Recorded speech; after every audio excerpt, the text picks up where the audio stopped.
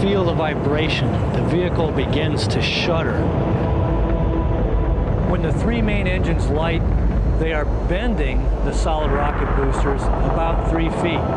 As the solid rocket boosters bend back to a straight up vertical position, that's when we ignite the boosters and release the bolts so that everything lifts off in a vertical condition. And this 4.5 million pound vehicle that you see sitting here lurches. You pray that the motion is up. It is just a huge explosion, isn't it? You're going 120 miles an hour by the time the tail clears the tower. There's no turning back. With a solid booster, like a firework, you light it and you let it burn.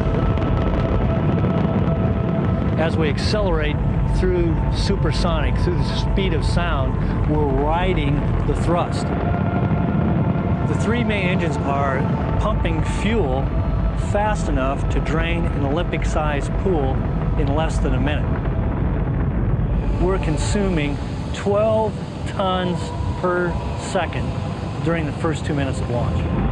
And then when those 2 minutes are up, the solid rocket boosters are empty. Booster officer here in Mission Control standing by for solid rocket booster shutdown and separation about 5 seconds from now. And there's a tail off of the SRBs. And there's a flash of SRB 7. So as pilots were relieved once the solid rocket boosters separate, because now we have more control over this awesome machine. They may be glad to see the back of them, but those fireworks are what it took to get the shuttle to orbital speed, 17,500 miles an hour. They're what it took to turn the pilots into astronauts. Here you see the transition to MECO. Sure does show you coming back off your chairs after the 3G. Real nice.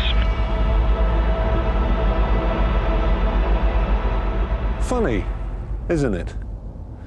That triumph of engineering is probably up there now, floating with the spirit of Wan Lu and his 500-year-old dream of rocket-propelled flight. Good night.